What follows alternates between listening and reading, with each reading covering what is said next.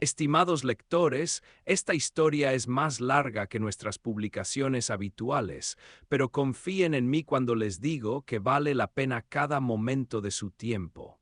Pónganse cómodos y disfruten. Capítulo 1. El ataúd de acero en llamas. La muerte por fuego nunca había cruzado por la mente de Jack Harris durante sus 32 años en esta tierra. El combate le había mostrado muchas formas de morir: cuerpos destrozados por balas, extremidades esparcidas por artefactos explosivos, cadáveres pudriéndose en cráteres de bombas.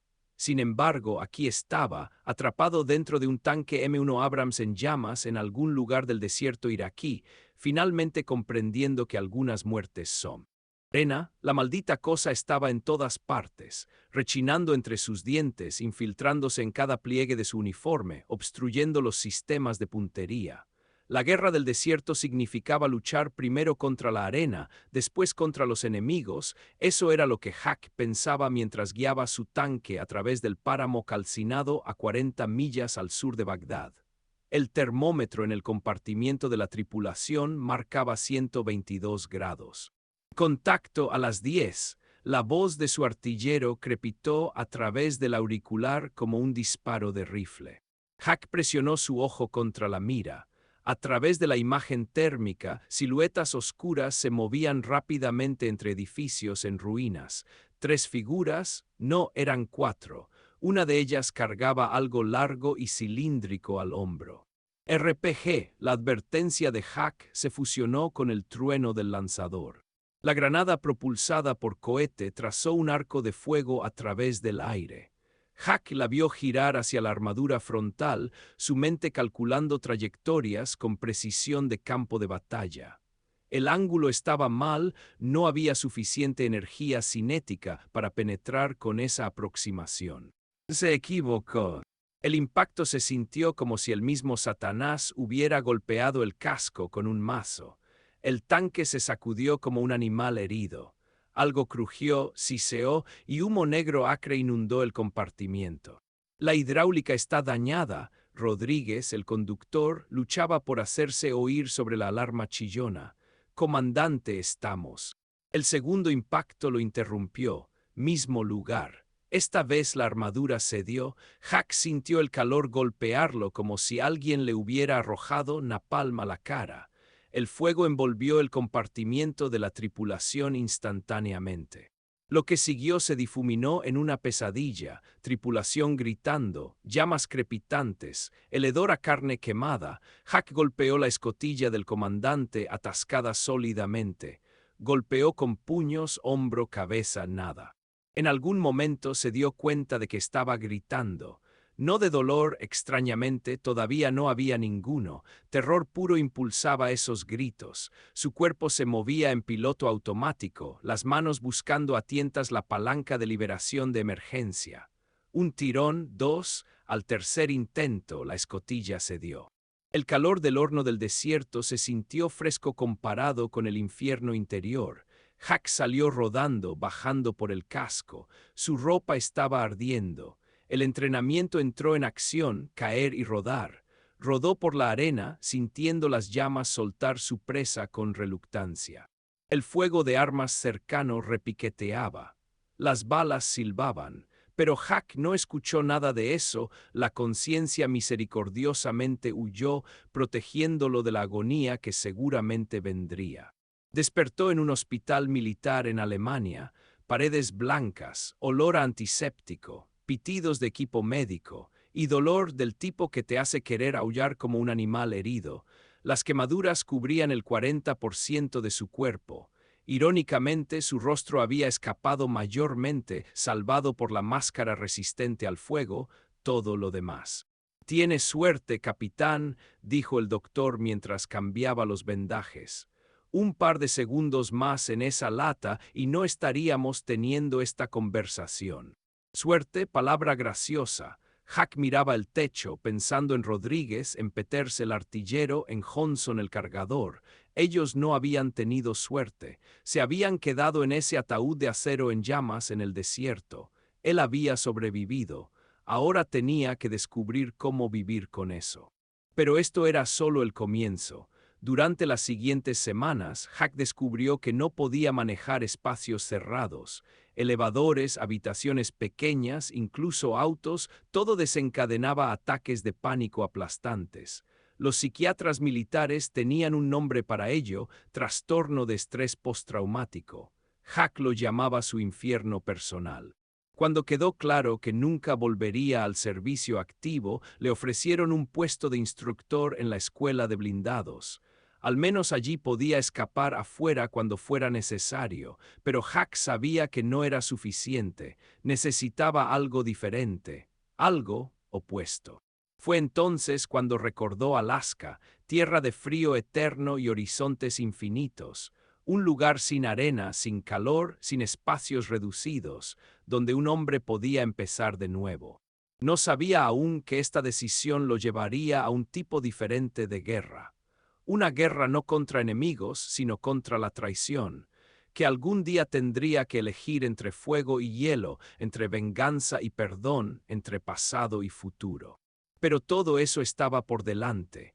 Por ahora solo yacía en su cama de hospital, mirando la nieve caer fuera de la ventana, pensando en el frío. Frío limpio, puro, blanco, que sanaría para siempre las quemaduras en su alma. Capítulo 2. Empezar de nuevo. Fairbanks recibió a Hack Harris con temperaturas de 30 bajo cero y una ventisca. Se paró en la terminal del aeropuerto, aferrándose a su bolsa de lona desgastada, mirando a los remolinos de nieve danzar más allá de las enormes ventanas. Nada como el desierto iraquí. Sin arena, sin calor, sin fantasmas de su tripulación quemada persiguiéndolo estos últimos 8 meses. Su bolsillo contenía una impresión publicitando un negocio en venta, alquiler de motos de nieve en las afueras de la ciudad. El dueño, el viejo Johnson, se estaba jubilando y quería una venta rápida.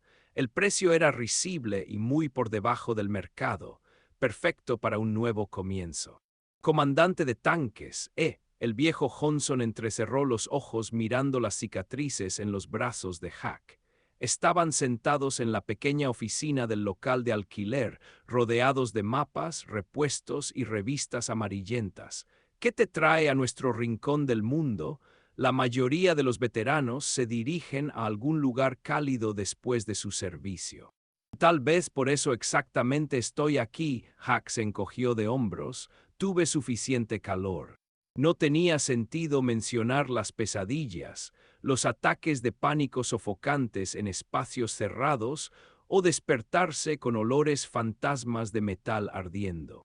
El trato tomó menos de una hora. Johnson parecía tan ansioso por deshacerse del negocio como Hack por comprarlo. Se dieron la mano y para la noche Hack era dueño de una flota de 12 motos de nieve Yamaha usadas y una pequeña cabaña que servía como oficina. Las primeras semanas pasaron en interminables ajustes con las máquinas. Las motos de nieve estaban en peor estado de lo que aparentaban. Hack pasaba sus días en el garaje, reemplazando correas de embrague, ajustando carburadores, parchando orugas rasgadas. Algo meditativo había en trabajar en motores mientras las ventiscas aullaban fuera de las paredes. Los clientes llegaron lentamente, turistas solitarios al principio, luego grupos pequeños. Les gustaba el dueño silencioso con cicatrices, le daba carácter al lugar. Hack disfrutaba enseñándoles a manejar las máquinas, especialmente cuando salían a la tundra, donde no existía nada más que silencio blanco extendiéndose hasta el horizonte. Allá afuera finalmente se sentía libre. Emily entró en su vida una cruda mañana de febrero. Caminó hacia la oficina vistiendo una enorme parca, mochila llena de equipo, pidiendo alquilar una moto de nieve por una semana. Universidad de Alaska, dijo, mostrando su identificación. Estudio la dinámica del derretimiento del permafrost. Necesito llegar a varios sitios para hacer mediciones. Hack negó con la cabeza, no sola reglas de seguridad. Entonces venga conmigo, sonrió y algo en esa sonrisa hizo que su corazón saltara. Puede contarme sobre el terreno, soy nueva aquí. Pasaron una semana juntos, cruzando la tundra nevada. Emily resultó ser nada como su imagen de los científicos, sin seriedad aburrida. Se reía de sus chistes, se maravillaba de su habilidad para leer huellas de animales en la nieve, y por las noches, dentro de la tienda, contaba historias asombrosas sobre el permafrost, sobre hielo antiguo guardando secretos de milenios. ¿Sabes qué hay debajo de nosotros?, preguntaba, trazando su dedo por el mapa. Lagos enteros de metano congelados hace millones de años. Si se descongelan, cambiarán todo el mundo. Jack la miraba, cabello oscuro despeinado, mejillas sonrojadas por el frío, ojos ardiendo con entusiasmo, y se dio cuenta de que se estaba enamorando. Por primera vez desde Irak se sentía verdaderamente vivo. Su primer beso ocurrió en la Estrella del Norte, una pequeña cafetería en el centro de Fairbanks. Una ventisca rugía afuera mientras adentro olía a repostería fresca y canela. Emily estaba explicando su investigación, gesticulando salvajemente y constantemente ajustando sus gafas deslizantes. Luego se detuvo a mitad de frase. ¿Qué? Preguntó Jack. La forma en que me miras. ¿Cómo es eso? Como si fuera algún tipo de milagro. Tal vez lo eres. Se inclinó sobre la mesa y la besó, simple y natural, como si lo hubiera hecho 1000 veces antes. La boda 6 meses después reunió a todo el pueblo. Incluso el viejo Johnson voló desde su hogar de retiro en Florida. Mucha nieve, risas y baile. Entonces apareció el profesor Michael Stone, el asesor de investigación de Emily. Mi mejor estudiante, dijo, estrechando la mano de Jack. Algo en su voz se sentía extraño, alguna nota que Jack no pudo identificar. Espero que se dé cuenta del tesoro que tiene. Jack asintió, su brazo alrededor de los hombros de Emily. No notó cómo ella se tensó cuando apareció el profesor. No vio la mirada rápida que intercambiaron. No pensó 2 veces sobre cuán a menudo Emily mencionaba al profesor Stone en las conversaciones después. Su vida juntos fluyó estable y feliz. Durante el día, Jack manejaba el negocio de alquiler. Por las noches se sentaban junto a la chimenea haciendo planes, soñando con el futuro. A veces ella se iba para investigación de campo, usualmente una semana o 2. Regresaba cansada pero satisfecha, cargando datos y muestras. Entonces llegó la llamada que cambiaría todo. Una llamada telefónica ordinaria en una gélida mañana de diciembre. Cariño, la voz de Emily sonaba ansiosa. ¿Recuerdas esa nueva expedición que mencioné? Tenemos un problema. Nuestro conductor cayó con neumonía y necesitamos salir pasado mañana. Jack escuchó mientras ella explicaba la importancia de la investigación, los plazos de las subvenciones, como su experiencia conduciendo tanques lo hacía el candidato perfecto para operar el vehículo oruga. Escuchó y estuvo de acuerdo, sin sospechar nunca que esta conversación marcaba el comienzo de un viaje a un nuevo infierno. Un infierno que haría que el tanque en llamas pareciera un juego de niños. Capítulo 3. Asuntos oscuros. La luz ardía detrás de la puerta de la oficina del profesor Stone, siempre ardiendo, incluso en estas horas tardías cuando el resto de la universidad había quedado oscuro hace mucho. Emily alisó su cabello despeinado por el viento antes de tocar. Sus reuniones siempre ocurrían de noche, cuando los pasillos no tenían ojos ni oídos curiosos. Entre mi querida, la voz de Stone fluyó suave y blanda, como terciopelo sobre vidrio. La oficina olía a café y tabaco caro. El profesor estaba de pie en la ventana, contemplando el campus cubierto de nieve. A los 65 todavía mantenía lo que las matronas de sociedad llamaban distinción, alto, de espalda recta, cabello plateado arreglado perfectamente. Un verdadero académico, el orgullo y la alegría de la universidad.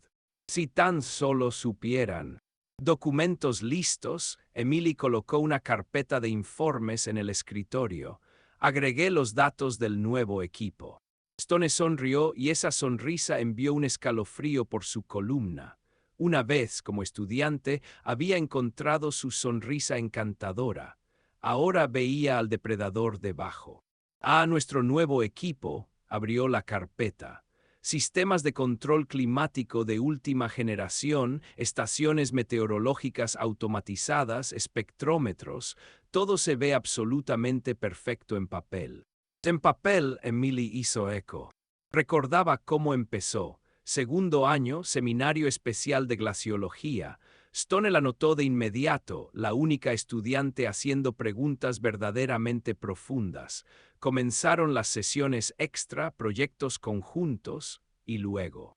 Sabes, la clave de la ciencia es trabajar el sistema de subvenciones, le había dicho una vez. Sin dinero no hay investigación, y conseguir dinero requiere creatividad. La creatividad resultó simple como todos los esquemas brillantes. La universidad recibía subvenciones federales para investigación del permafrost, millones para equipar estaciones remotas, sistemas de monitoreo, expediciones. El hecho de que la mayoría del equipo existiera solo en informes. ¿Quién viajaría al Círculo Ártico para contar sensores?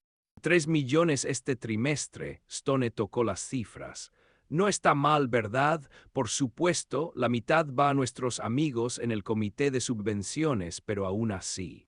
Emilia sintió, hacía mucho que había aprendido a no pensar en las sumas, así como había aprendido a no pensar en los antiguos instrumentos soviéticos que todavía estaban en las estaciones en lugar del equipo moderno, sobre cómo fabricaban datos con Stone, sobre cómo. Perdida en pensamientos, su mano se posó en su hombro, pensando en tu esposo. Huck, algo se retorció dentro al pensar en él. Honesto, directo Huck, quien la veía como una científica dedicada, quien se enorgullecía de su investigación. No mintió, solo cansada. Stone se inclinó más cerca.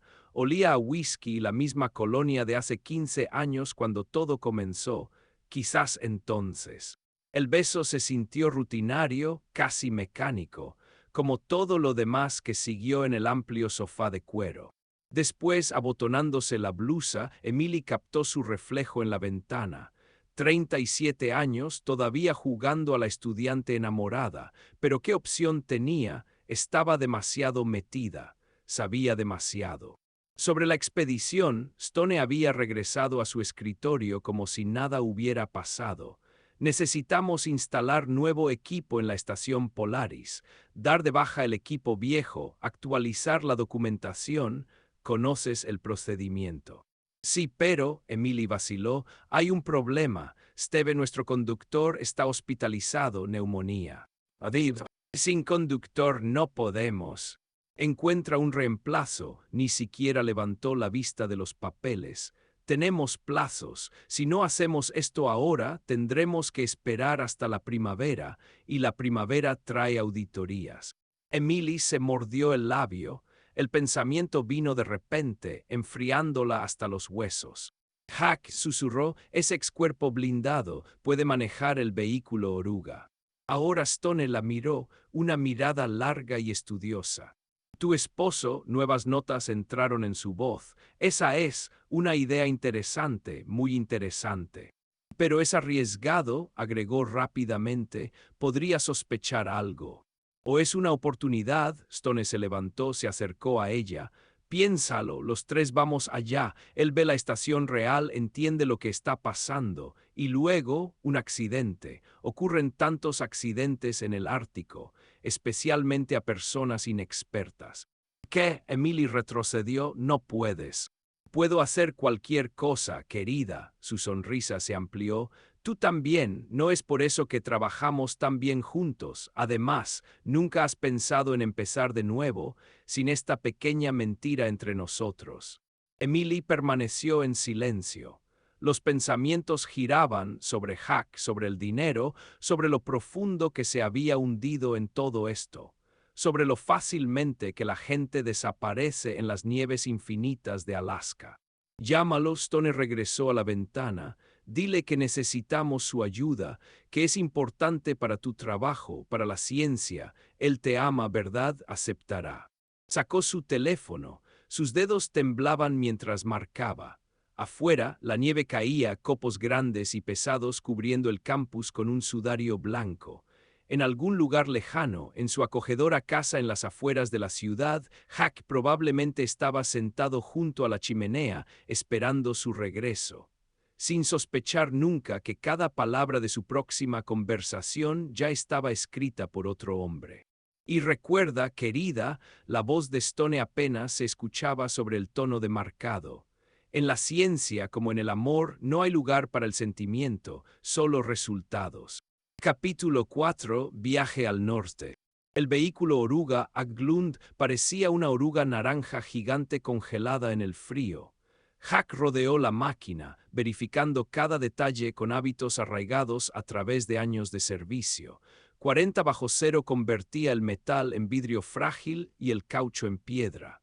Cualquier cosa pequeña podía costar vidas aquí afuera. «Todo bien», la voz de Emily sonó inesperadamente cerca. Estaba parada cerca, envuelta en su parca ártica. A la luz del sol naciente, su aliento formaba nubes plateadas. «Creo que sí», Hack golpeó la oruga. Aunque es extraño, según el papeleo, esta máquina es casi nueva, pero los patrones de desgaste. Todos esos números en documentos, ella agitó la mano desdeñosamente. Ya conoces a los burócratas, lo principal es que funciona. El profesor Stone apareció último, cuando el sol se había despegado completamente del horizonte. Sus movimientos eran precisos, practicados y claramente no era su primera expedición.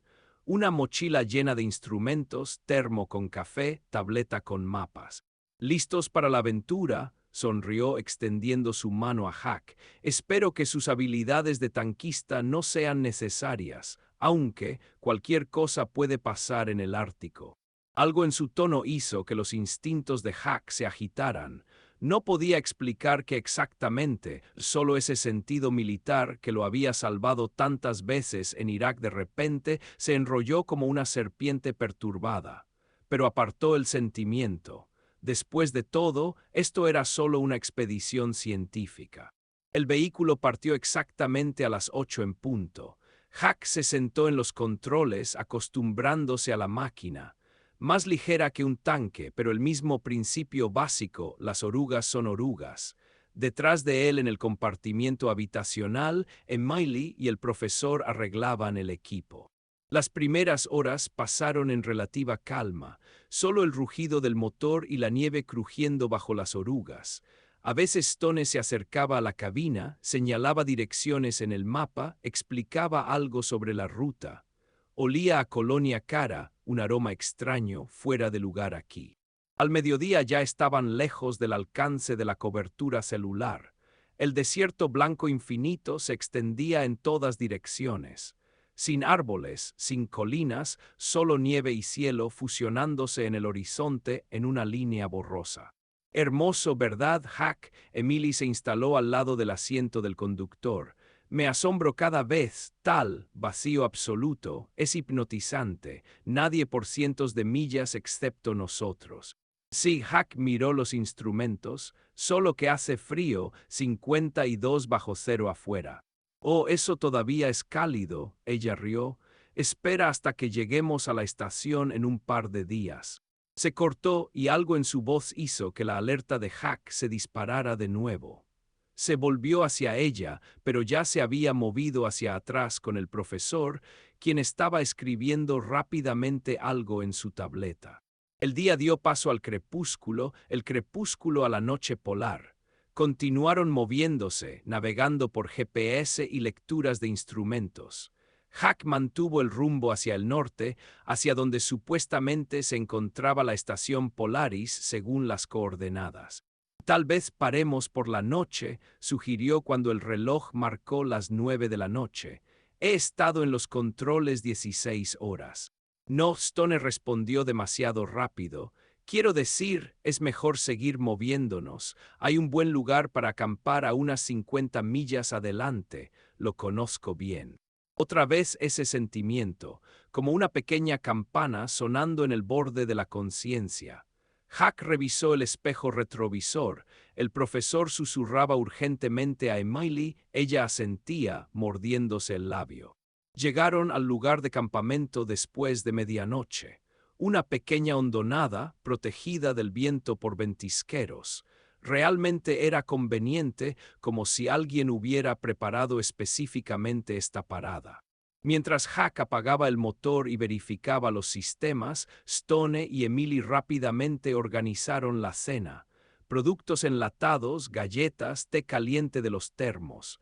Comieron en silencio, cada uno perdido en sus propios pensamientos. Yo tomaré la primera guardia, se ofreció Stone cuando terminaron de cenar. Ustedes dos descansen, mañana será un día difícil.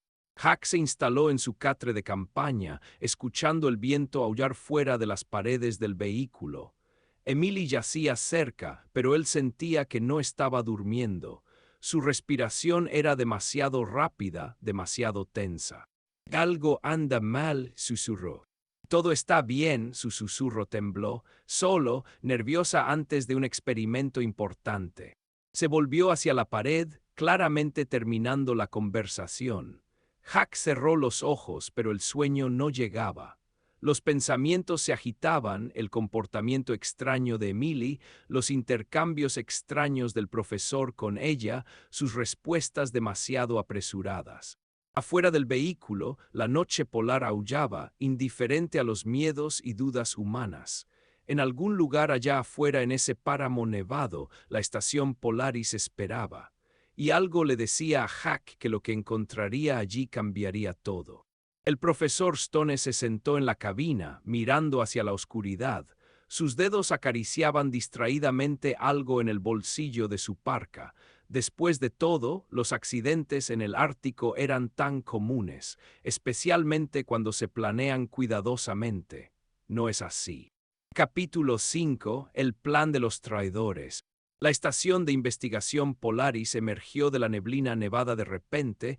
En un momento solo había gris adelante, al siguiente una silueta oscura se materializó. Hack redujo la velocidad mirando a través del parabrisas. Algo estaba muy mal, completamente mal. Esto es la estación de investigación moderna. No pudo ocultar la incredulidad en su voz. Ante ellos se alzaba un barracón de madera inclinado, medio enterrado en nieve. Las paredes, ennegrecidas por la edad, apenas se sostenían sobre soportes oxidados. Vidrio agrietado oscurecía las ventanas estrechas. Una antena doblada sobresalía desoladamente sobre el techo, del tipo que Hack había visto en bases soviéticas abandonadas en Irak. Tal vez nos desviamos del curso. Se volvió hacia Emily, pero ella apartó la mirada. No, la voz de Stone sonó inesperadamente firme. Esta es la estación correcta, estaciona junto a la entrada. Dentro del barracón, el aire colgaba viciado y frío. Olía a moho, óxido y algo más, ese olor particular de abandono que no puedes confundir con nada más. Los haces de las linternas sacaban de la oscuridad instrumentos antiguos, cubiertos de gruesas capas de polvo y escarcha. Hack lentamente rodeó la habitación, iluminando cada rincón. Aquí había una estación meteorológica anticuada, con diales oxidados. Allí había un estante de sensores, etiquetas cirílicas descoloridas todavía visibles. Todo este equipo claramente había estado aquí durante décadas. No entiendo, se detuvo en la consola central. Los documentos mencionan equipo moderno, sistemas de control climático de última generación, estaciones meteorológicas automatizadas, espectrómetros. ¿Dónde está todo? Emily y Stone permanecieron en silencio. En la quietud solo se podía escuchar el viento aullando a través de las grietas entre las tablas. Hack sacó una impresión arrugada, una copia del último informe de equipamiento de la estación. Aquí apuñaló las líneas. Instalado el año pasado, $3 millones solo para equipo. ¿Dónde está? Hack, Emily dio un paso hacia él, pero Stone la detuvo con un gesto. Es observador, capitán. El profesor sonrió, pero la sonrisa no llegó a sus ojos. ¿Hábito militar de notar detalles o solo sospecha natural? ¿Qué está pasando aquí? Hack sintió la oleada familiar construyéndose dentro, la misma que siempre precedía al combate. Está sucediendo la ciencia, capitán. Ciencia real, Stone paseó por la habitación acariciando amorosamente los viejos instrumentos. ¿Sabe cuánto cuesta mantener una estación como esta? ¿Cuánto dinero necesita la investigación real y esos burócratas en Washington? Quieren informes, números, gráficos bonitos.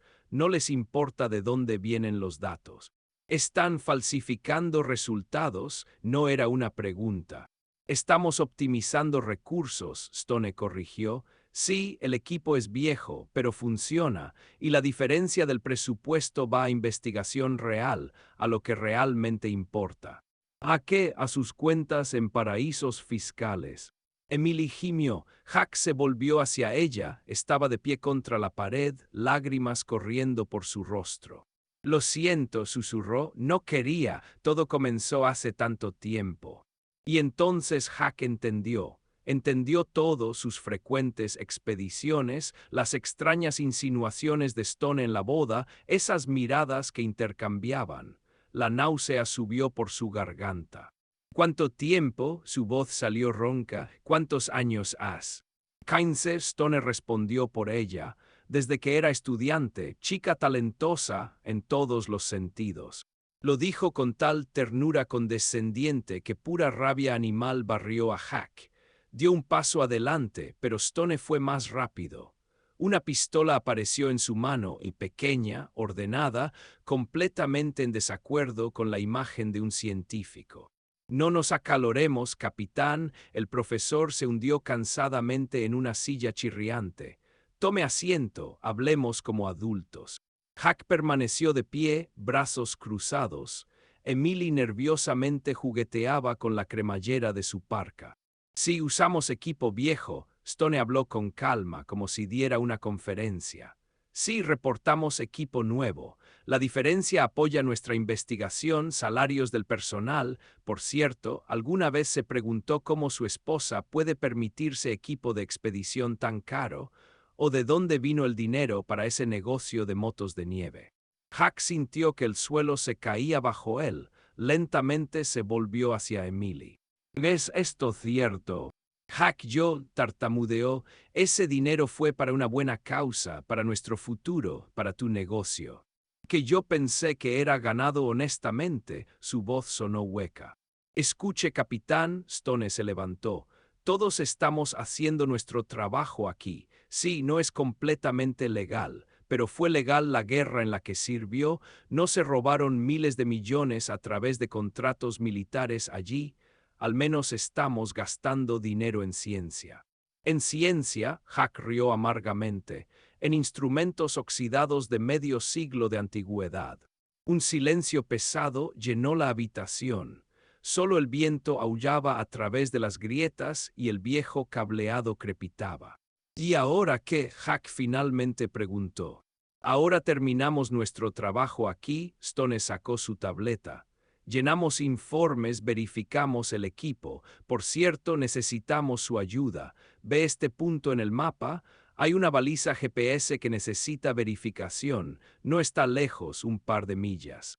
¿Y si me niego, si decido reportar esto? No lo hará, Stone respondió con calma, porque entonces Emily también sufre, y su negocio no traicionaría a su propia esposa, Hack. La ama no es así. Hack miró a su esposa. Ella estaba de pie con los ojos bajos, en silencio.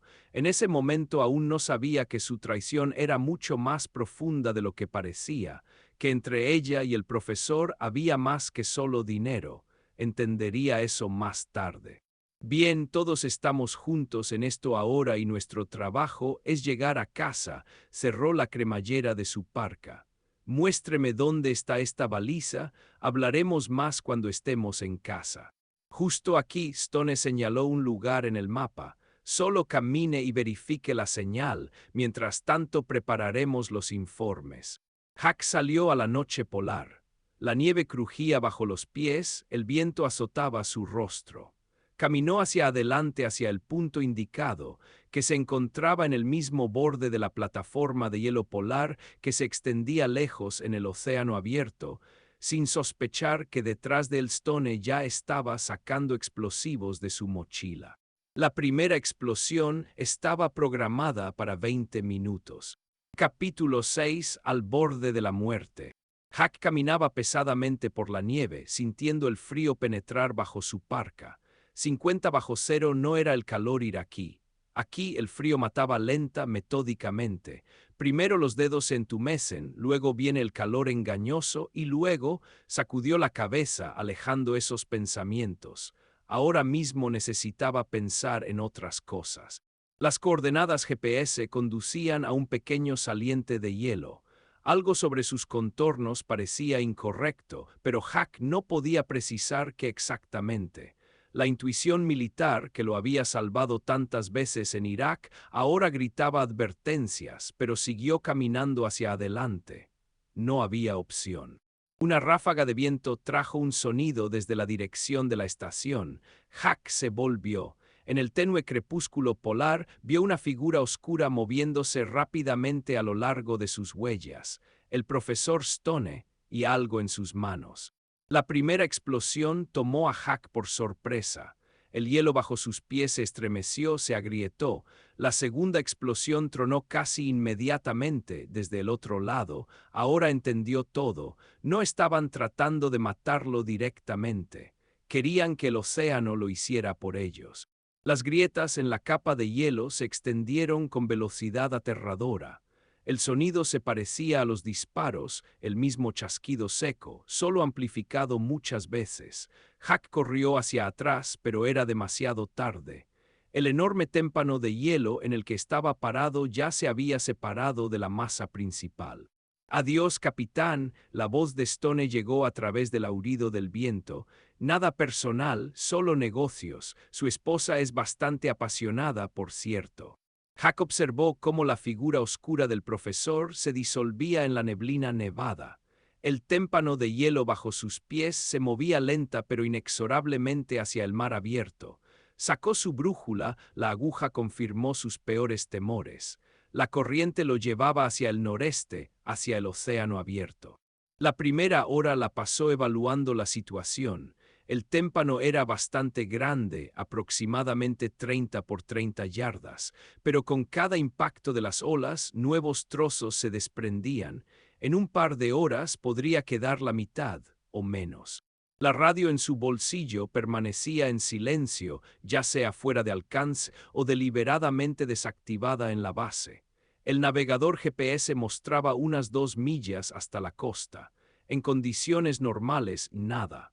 Pero no cuando una franja de agua cerca del punto de congelación yacía entre tú y la tierra. El viento se intensificó. Jack se refugió detrás de una pequeña cresta de presión, tratando de conservar el calor. Sabía que solo tenía 2 opciones. Primera, quedarse en el témpano y morir lentamente de frío o hambre. Segunda, intentar nadar hasta la costa. Ambas opciones eran mortales, pero la segunda al menos ofrecía una oportunidad fantasmal. Fue entonces cuando escuchó el resoplido. A 10 yardas de distancia, en el borde del témpano, yacía una foca, un macho grande a juzgar por el tamaño. El animal consideraba a su extraño vecino con curiosidad. El pensamiento vino instantáneamente. Jack recordó las historias inuit sobre un método antiguo de supervivencia en agua helada, un método que las propias focas les habían enseñado. El cuchillo se deslizó en su mano como por sí solo. Tendría que actuar rápido, no habría una segunda oportunidad. La foca era grande y fuerte, pero Jack tenía la ventaja de la sorpresa y experiencia en combate cuerpo a cuerpo, aunque con oponentes muy diferentes. La lucha fue breve y brutal. Cuando terminó, Jack metódicamente se puso a trabajar. Sus manos temblaban por el frío, pero no podía permitirse errores. Cada movimiento tenía que ser preciso. Primero, quitarse la parca y otra ropa, empacar todo en una bolsa impermeable. Luego, la parte más difícil. Jack comenzó a frotar grasa de foca sobre su cuerpo, cubriendo cuidadosamente cada pulgada de piel. Esta grasa era lo único que podía protegerlo del frío mortal del agua. El frío lo golpeó como un mazo. Su cuerpo desnudo se cubrió de piel de gallina, la respiración se volvió irregular. Pero no había tiempo para dudar, el témpano continuaba desmoronándose. Jack miró hacia la costa, la línea oscura apenas visible en el crepúsculo. En algún lugar más allá de esa línea de agua mortalmente fría yacía la tierra. Vida, esperanza. Aseguró la bolsa de ropa a su espalda, asegurándose de que los nudos aguantaran. Respiró profundamente. Otra vez, mentalmente se despidió de Emily, la Emily que había amado, quien él pensó que lo amaba, la que existía antes de este día. Luego dio un paso hacia el agua. El frío fue absoluto, perforó su cuerpo como 1000 agujas de hielo. Por un momento sus pulmones parecieron aplastados en un tornillo, respuesta de shock reflejo. Pero la grasa de foca funcionó. La delgada película de grasa animal creó al menos algo de protección contra el frío mortal. Jack nadó tratando de mantener un ritmo constante. Cada movimiento tenía que ser eficiente, la energía desperdiciada significaba la muerte. El agua quemaba su rostro, la única parte que no pudo proteger con grasa. Instantáneamente se cubrió con una costra de hielo, pero siguió nadando. El tiempo perdió significado. Solo había agua negra, frío ardiente y la línea oscura de la costa adelante. A veces pensó que veía osos polares observando desde témpanos que pasaban, o eran alucinaciones por hipotermia. No recordó llegar a la costa. Las últimas yardas se difuminaron en una mancha de dolor y frío. Recordó solo sus dedos arañando arena congelada, su cuerpo negándose a moverse, la conciencia deslizándose hacia la oscuridad. Su último pensamiento fue sobrevivió de nuevo, como en ese tanque en llamas. Luego vino la oscuridad, y en esa oscuridad pensó que escuchó voces hablando en un idioma desconocido, y calor, el calor salvador de las manos de extraños. Capítulo 7. Salvación. La muerte olía a sal marina y sabía a agua ártica. Jack estaba seguro de esto hasta que despertó y olió algo diferente, humo. No el humo acre del fuego, no el olor aceitoso de un tanque ardiendo, sino algo antiguo como cedro y musgo, el olor de la vida. Abrió los ojos. Arriba se extendía un techo de pieles de reno estiradas sobre postes de madera. Una yaranga, vivienda tradicional de los pueblos del norte. Las había visto en National Geographic cuando era niño, pero nunca pensó que despertaría dentro de una. El fuego en el hogar central proyectaba sombras danzantes en las paredes. En algún lugar afuera, el viento aullaba, el mismo viento que casi lo mata. A través del agujero de humo en el techo, las luces del norte danzaban, bandas verdes y púrpuras balzando a través del cielo negro como espíritus fantasmales. Intentó moverse y su cuerpo respondió con oleadas de dolor. Cada músculo, cada articulación le recordaba ese nado insano a través del agua helada, pero estaba vivo, de alguna manera milagrosamente vivo. Un gemido involuntario escapó de su garganta reseca. Inmediatamente apareció un rostro, una mujer joven con ojos almendrados y largas trenzas negras. No podía tener más de 20 años. Se inclinó sobre él, dijo algo en un idioma desconocido, melódico, con vocales largas y consonantes suaves. Cuando tocó su frente con una palma fresca, Jack se dio cuenta de que había estado ardiendo de fiebre hasta ahora. Su toque lo ancló a la realidad. Llevó una taza de madera con algún brebaje a sus labios. Olía a hierbas y sabía amargo, pero Jack bebió con avidez como un caminante del desierto. Jack graznó señalándose a sí mismo. La mujer sonrió, la sonrisa transformó su rostro, haciéndolo como un sol naciente. Así comenzó su nueva vida. Vida sin palabras, al menos sin palabras entendidas. Pero los Inupiat, como aprendió más tarde, habían vivido durante siglos en un mundo donde las palabras significaban menos que las acciones. Aquí, en el borde del mundo, donde las temperaturas bajan a 60 bajo cero y la noche polar dura meses, solo sobreviven aquellos que pueden leer la verdad en los ojos de otra persona. Más tarde aprendió cómo lo encontraron. Los cazadores que regresaban con presas vieron algo oscuro en la nieve. Al principio pensaron una foca, Pero las focas no usan ropa ni sangran en el hielo. Lo llevaron al campamento casi muerto, con ropa congelada rígida y piel cubierta de grasa de foca. Los ancianos dijeron que era una señal. Un hombre blanco que usó su antiguo método de sobrevivir en agua helada estaba destinado a vivir. Lo confiaron a Añu, la hija del chamán, quien conocía los secretos de las hierbas curativas y los rituales antiguos. Los días se difuminaron en una corriente interminable de recuperación.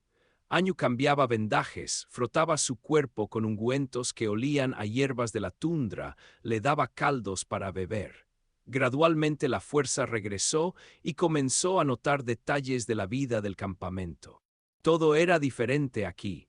Sin puertas cerradas, la solapa de la yaranga siempre abierta a los invitados. Sin tratos secretos, los cazadores compartían su captura con toda la tribu.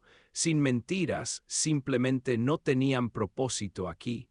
¿Cómo podrías mentir cuando tu vida dependía de la confianza de otros? Cada mañana Hack observaba a las mujeres colgar pieles para secar, a los hombres preparar equipos de perros para cazar, a los niños jugar en la nieve imitando a los adultos. Vida simple, sin cambios durante cientos de años. Y en esta simplicidad yacía tal honestidad, tal pureza, que hacía que su corazón doliera. Pensó en Emily y Stone, en sus esquemas millonarios, en lo fácilmente que habían decidido matar a un hombre por dinero, en ese mundo artificial de informes falsos y datos falsificados que habían construido.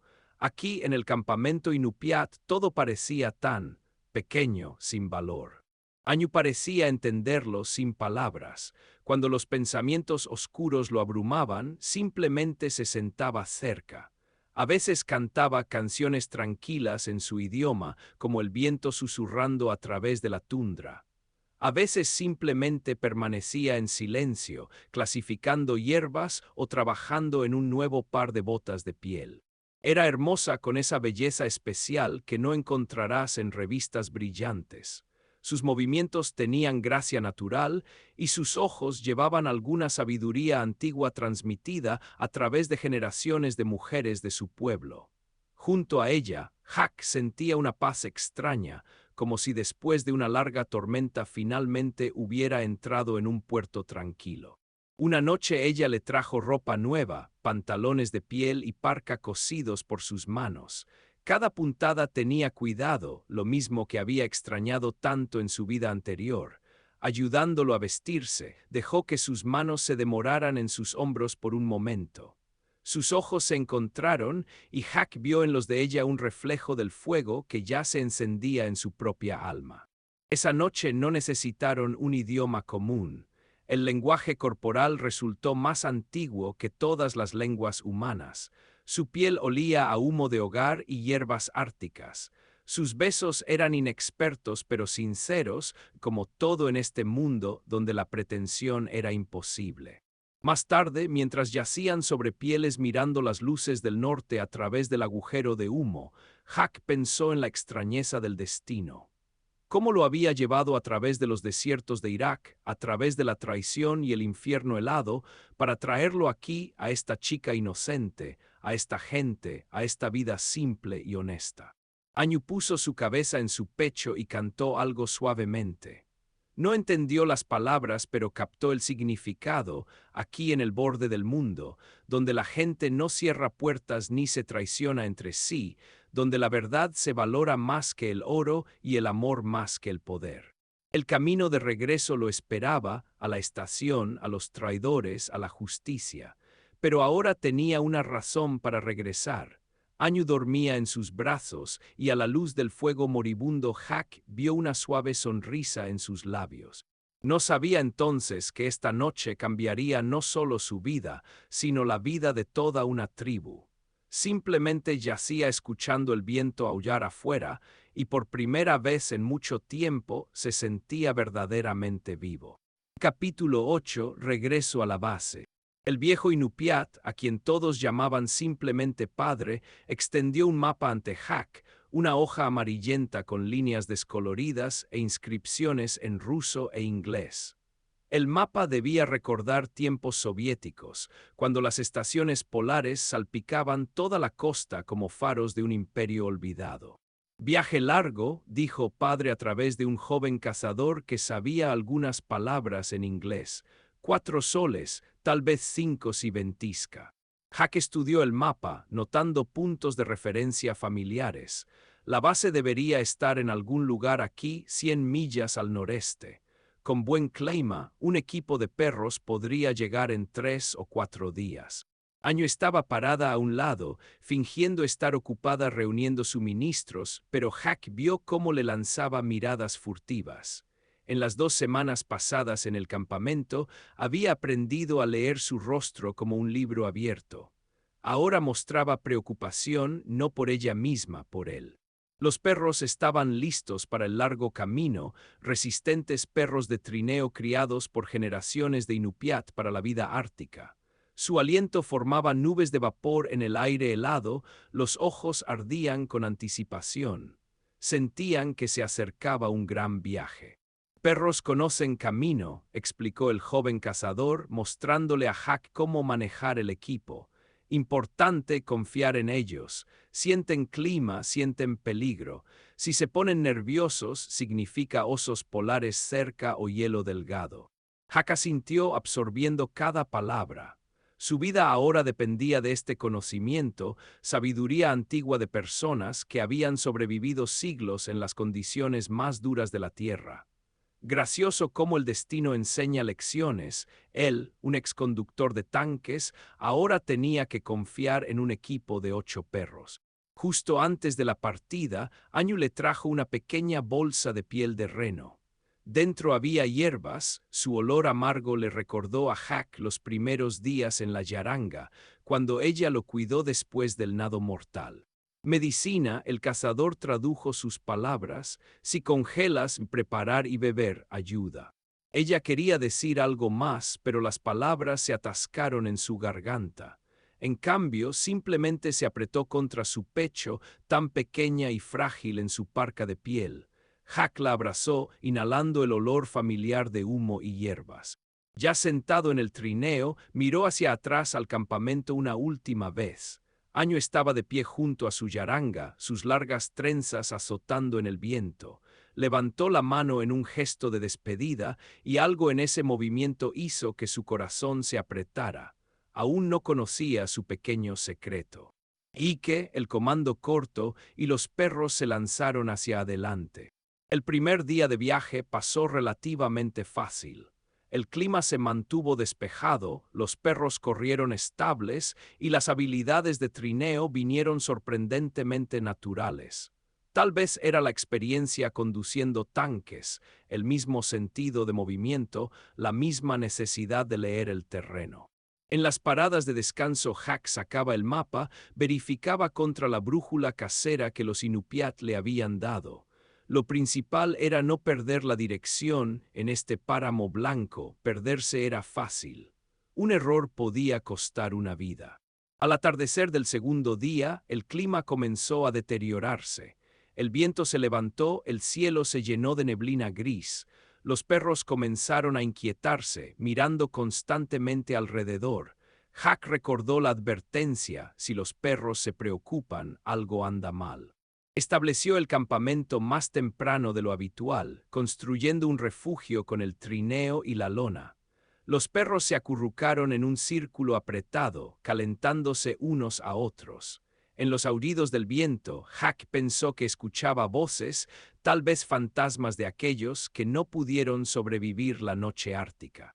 La mañana del tercer día trajo una ventisca. La visibilidad cayó a yardas, el viento lanzaba nieve punzante a su rostro, pero Jack continuó, sabía que en algún lugar adelante esperaban respuestas y justicia.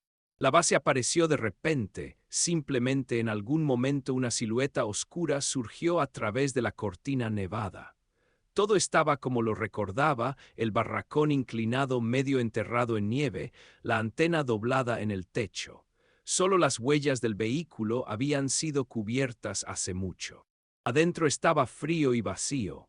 Polvo y escarcha cubrían los viejos instrumentos, el viento silbaba a través de las grietas entre las tablas. Jack metódicamente buscó en las habitaciones hasta que encontró lo que buscaba, la estación de radio. Su corazón latió más rápido, finalmente podía pedir ayuda, reportar sus coordenadas a las autoridades y escapar de este infierno helado.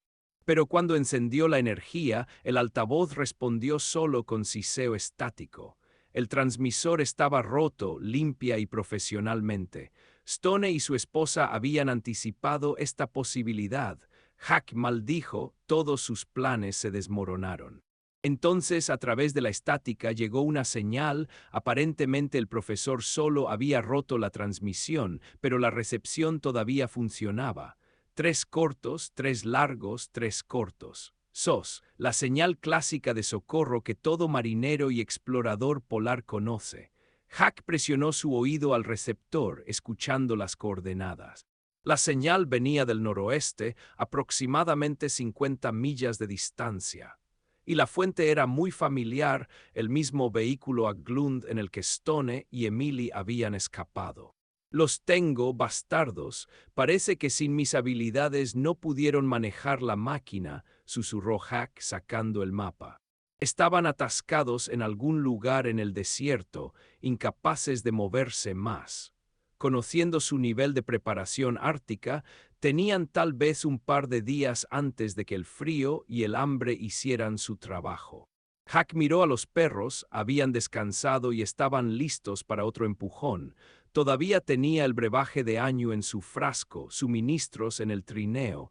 Podía simplemente dejarlos allí, dejar que la naturaleza entregara su justicia. Eso sería justo. Pero entonces recordó el rostro de Añu, su bondad y la sabiduría de su pueblo. Recordó cómo los Inupiat los salvaron sin hacer preguntas. En su mundo no había lugar para la venganza, solo misericordia y justicia.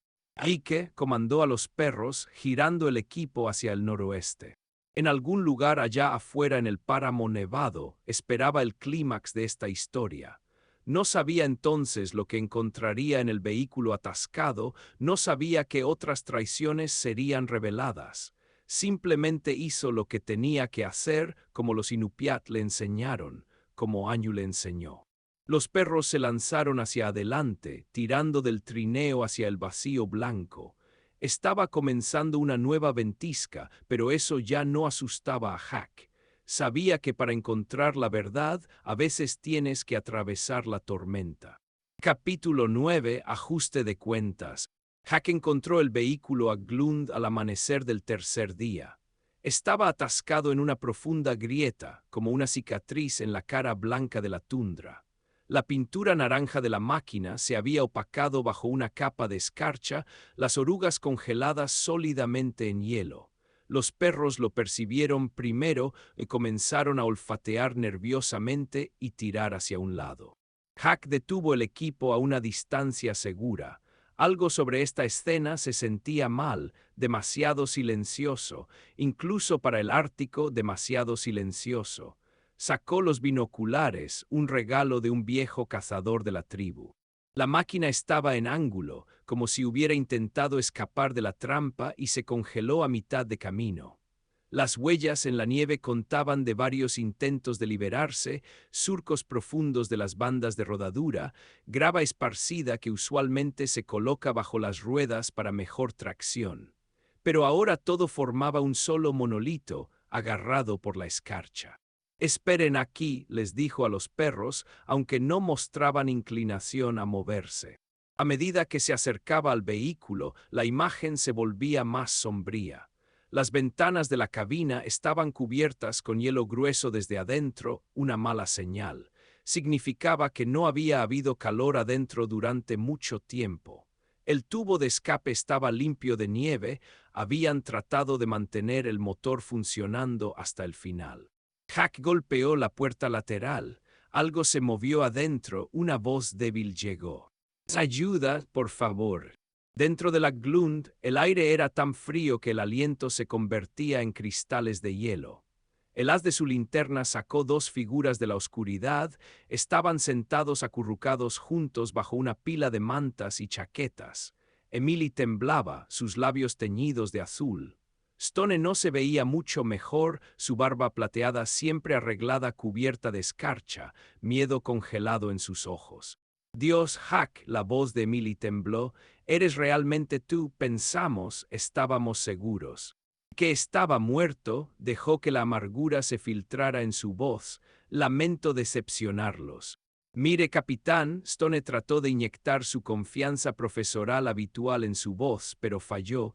Entiendo que podría estar molesto, incluso enojado con nosotros, pero ahora no es el momento para.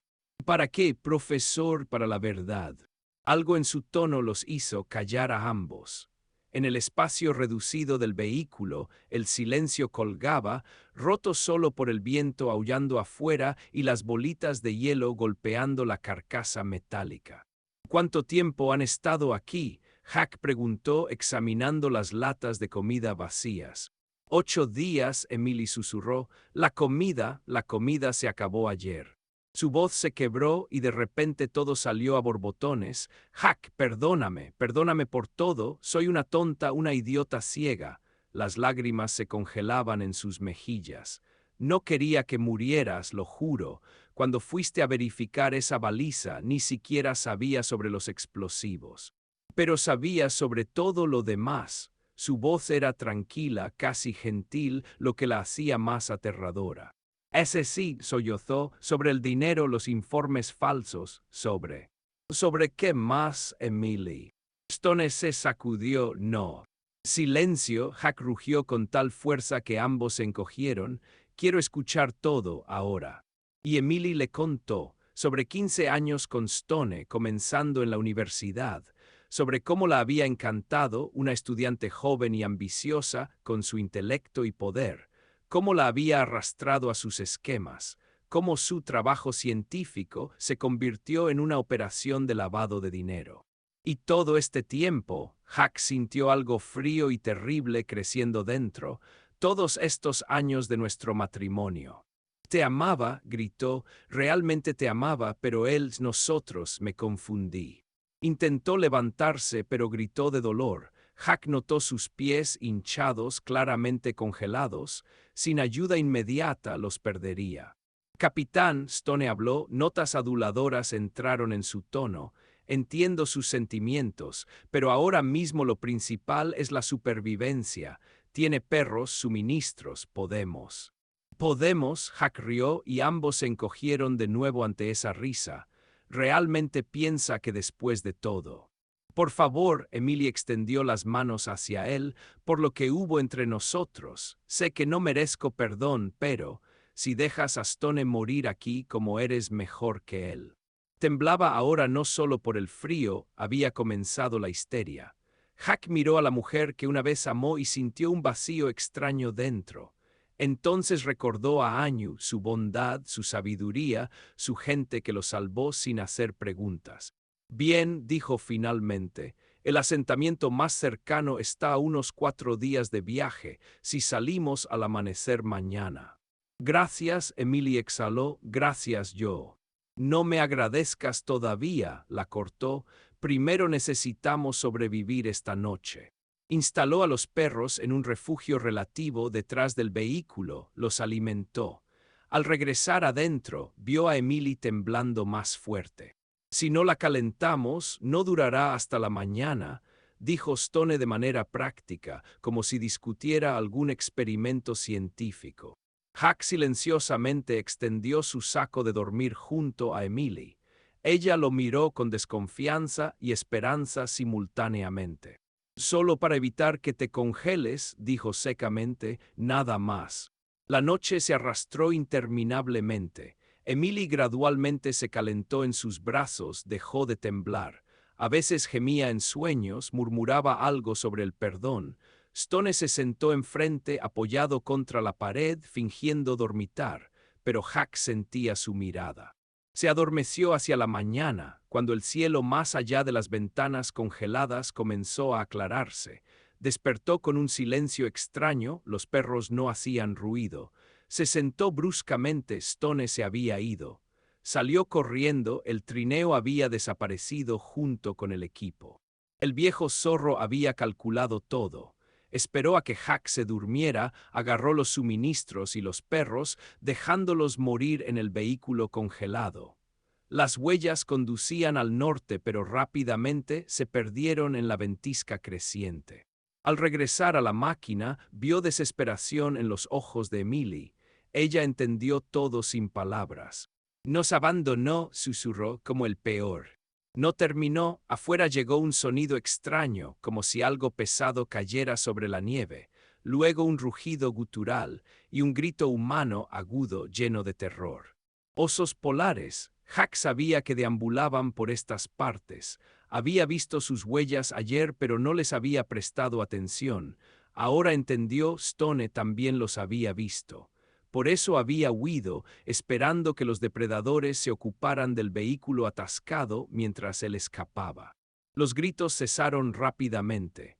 Una hora después, la ventisca disminuyó ligeramente y Jack pudo explorar. Lo que encontró a media milla al norte había sido una vez el profesor Michael Stone. Ahora eran solo restos en nieve ensangrentada, junto a trineos destrozados. Los perros se habían dispersado, sus huellas se dividían y desaparecían en diferentes direcciones. Animales inteligentes, al detectar osos, habían roto sus rastros y se salvaron.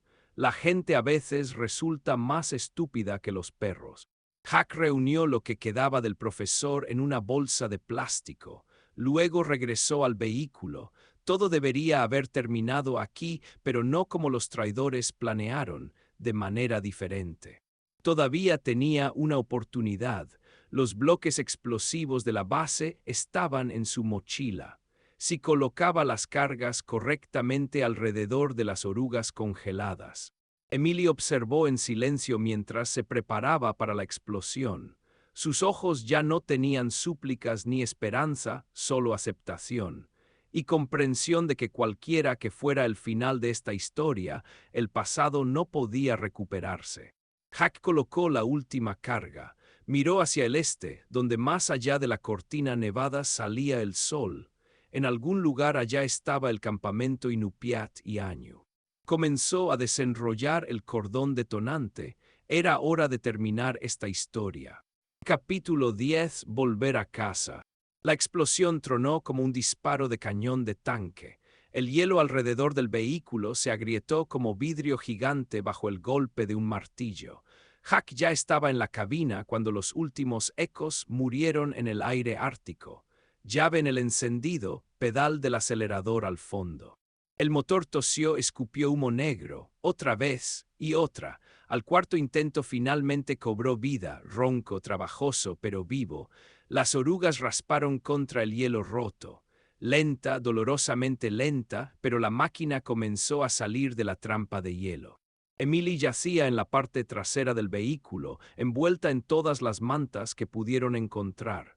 Sus pies. Jack trató de no pensar en sus pies. Lo principal ahora era llegar a la civilización.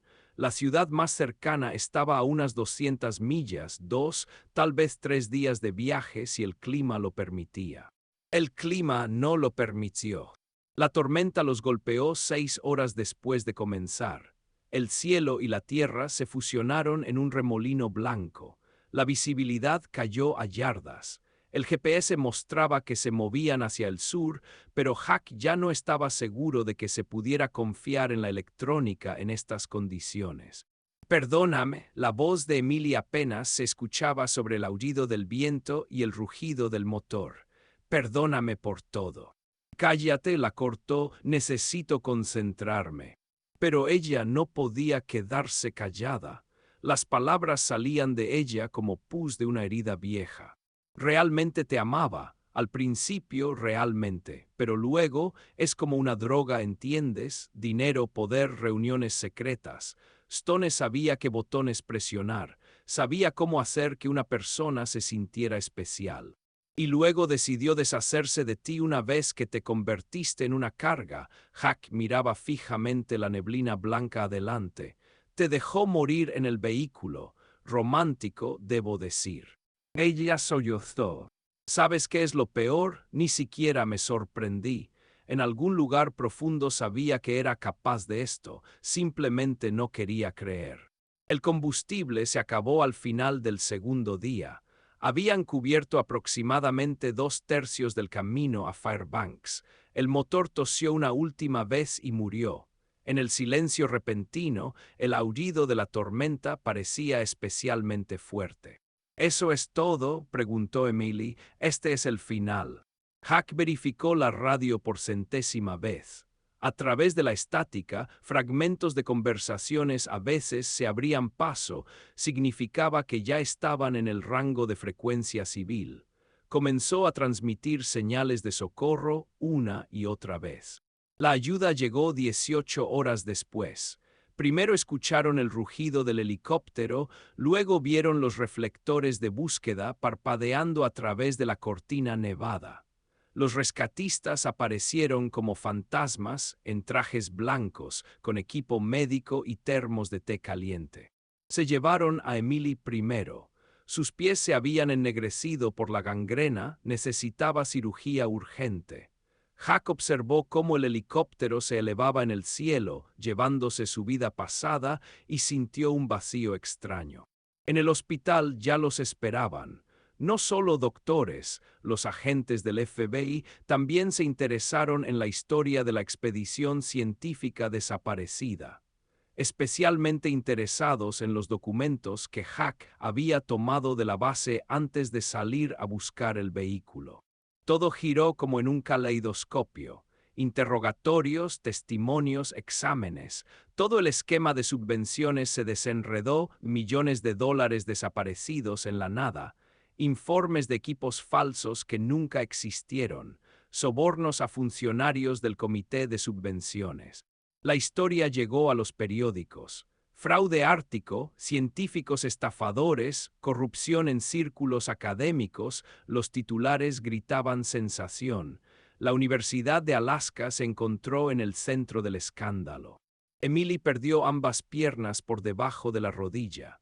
La gangrena había ido demasiado lejos, los médicos no pudieron hacer nada.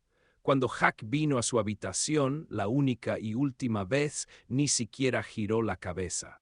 «Voy a pedir el divorcio», dijo, parado en la puerta. Lo sé, su voz no tenía vida. «¿Es por mi traición o has encontrado a alguien más?» «Y ambas cosas. Es una buena persona. Mejor que cualquiera de nosotros dos». Emily finalmente se volvió hacia él. Sus ojos no tenían lágrimas, solo cansancio infinito. «Sabes, ahora mismo creo que debería haber muerto en ese vehículo». Huck salió de la habitación sin decir palabra. En su bolsillo había papeles de divorcio y un boleto para un pequeño avión charter que lo dejaría en el campamento Inupiat, con año. Pero primero necesitaba terminar todas las formalidades, dar testimonio final, firmar papeles, poner fin a esta historia de mentiras y traición. Al salir del hospital, levantó el cuello de su chaqueta contra una ráfaga de viento helado. En algún lugar más allá de ese viento esperaba una nueva vida, simple y honesta como las personas que lo salvaron de la muerte, como la chica que lo cuidó y entregó su corazón sin pedir nada a cambio. La nieve comenzaba a caer, la primera de la temporada. Los copos blancos caían lentamente sobre la ciudad gris, como si trataran de cubrir sus pecados con un manto blanco de olvido. Pero Huck sabía, algunas manchas no podían ser lavadas ni siquiera por la nieve ártica. Tomó un taxi y dio la dirección de su abogado. Necesitaba apurarse, en 2 días esperaba un avión. Capítulo 11. Nuevo camino. El pequeño avión Beaver zumbaba como un abejorro enojado, abriéndose paso a través de ráfagas de viento. El desierto nevado abajo parecía infinito, un lienzo blanco marcado por sombras de nubes. Huck se sentó con la frente presionada contra la ventana helada, pensando en las extrañas vueltas de la vida. Hace un mes había caminado aquí a pie tratando de sobrevivir. Ahora regresaba ya no como fugitivo, sino como un hombre que había encontrado su. «No volaré más lejos», gritó el piloto por encima del rugido del motor. ¿Ves esas colinas? Tus amigos están en algún lugar allí. Si tenemos suerte, notarán el avión. Hack asintió. Sabía que los Inupiat ya los habían notado. Para personas que habían vivido de la caza durante siglos, ningún sonido, ningún movimiento en el cielo pasaba desapercibido. El avión aterrizó en un área relativamente plana. La nieve se arremolinó desde la hélice. Antes de que Hack pudiera descargar su mochila, aparecieron puntos en el horizonte, cazadores en motos de nieve. Se materializaron desde el desierto blanco como espíritus de esta tierra antigua. Lo reconocieron de inmediato. El joven cazador, el mismo que le había enseñado a manejar el equipo de perros, saltó de su moto de nieve y lo abrazó firmemente. Las palabras no eran necesarias, un apretón de manos, una sonrisa, un gesto hacia el campamento. Bienvenido a casa. Año esperaba en la entrada de la yaranga. Estaba inmóvil como una estatua, solo sus largas trenzas se agitaban en el viento. Cuando Hack se acercó, notó cambios, la redondez apenas visible de su vientre bajo la parca de piel, un brillo especial en sus ojos. Ella sabía, y sabía que él regresaría. Su abrazo fue largo. Olía a humo del hogar, hierbas y algo más, ese olor especial de la vida que crecía dentro de ella. Hack se arrodilló, presionó su mejilla contra su vientre. No podía decirle con palabras cuánto significaba esto para él, pero ella no necesitaba palabras. Los días siguientes se fusionaron en un momento infinito de felicidad. El campamento lo aceptó como propio, simple y naturalmente, sin ceremonias innecesarias. Los ancianos bendijeron su unión con Añu.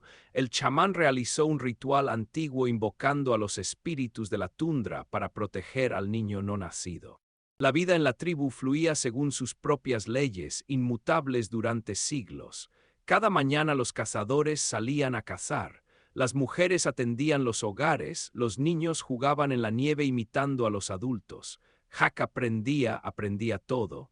Cómo rastrear caribúes por señales apenas visibles, cómo predecir el clima por las formas de las nubes, cómo hacer herramientas de hueso y madera. Por las noches se sentaban junto al hogar y Añu le enseñaba el idioma de su pueblo. Las palabras eran complejas, desconocidas para su lengua, pero él se esforzaba. Cada palabra aprendida era un puente entre su vida pasada y la nueva realidad. Su hijo nació en la noche más larga del año. La vieja partera lo atendió, la misma que había hecho esto durante 3 generaciones de la tribu. Cuando sonó el primer llanto del bebé, las luces del norte se encendieron sobre el campamento, destellos verdes y púrpuras bailaban en el cielo, como si dieran la bienvenida a una nueva persona. Hack sostuvo a su hijo y vio en su rostro rasgos de ambos pueblos, los ojos almendrados de su madre y su nariz recta, la piel oscura de los Inupiat y su cabello arenoso. Un pequeño puente entre 2 mundos. ¿Cómo lo llamaremos?, preguntó a Añu en su idioma. Durante los meses pasados había aprendido lo suficiente para expresar lo más importante. Ella sonrió y dijo un nombre antiguo de su pueblo, que significa el que vino con la primera nieve. Hack lo repitió, sintiendo cómo se asentaba en su lengua correctamente, como si siempre hubiera sido parte de su vida. A veces, en noches especialmente frías, cuando el viento aullaba en las grietas de la yaranga, Hack pensaba en su pasado. Sobre el tanque ardiendo en Irak, la traición de Mili, ese nado insano a través del océano helado. Cada prueba, cada dolor lo había llevado aquí, a esta mujer, a este niño, a esta vida simple y honesta. Una mañana vio una columna de humo en el horizonte, otra expedición científica pasaba por allí. Tal vez otra vez con informes falsos y millones robados, pero ahora no era su preocupación. Su mundo se había reducido a las fronteras del campamento, al calor de su yaranga natal, a la sonrisa de su hijo y los abrazos de Añu. En primavera, cuando el sol finalmente se elevó sobre el horizonte después de la larga noche polar, él y su hijo se sentaron en una colina cerca del campamento. El niño jugaba con un juguete de hueso que Hack había tallado para él, mientras su padre miraba hacia el este donde la línea del horizonte se derretía. Hay un gran mundo allá afuera, hijo, dijo en inglés, aunque el niño aún no entendía las palabras. Un mundo complicado. Algún día aprenderás sobre él, pero aquí está nuestro hogar. Anju los llamó a cenar. Jack tomó a su hijo en brazos y caminó hacia la yaranga donde ardía el hogar y esperaba a la mujer que le había dado una nueva vida. Detrás quedaban sus huellas en la nieve, grandes y pequeñas, entrelazándose como hilos del destino. Y sobre la tundra, las luces del norte se encendieron de nuevo, indiferentes a los dramas humanos, eternas como la propia noche ártica. En su luz, el futuro parecía tan limpio y claro como la nieve intacta alrededor del campamento. Si disfrutaron esta historia, por favor apoyen al autor con un like, suscríbanse al canal y compartan sus emociones en los comentarios. Gracias.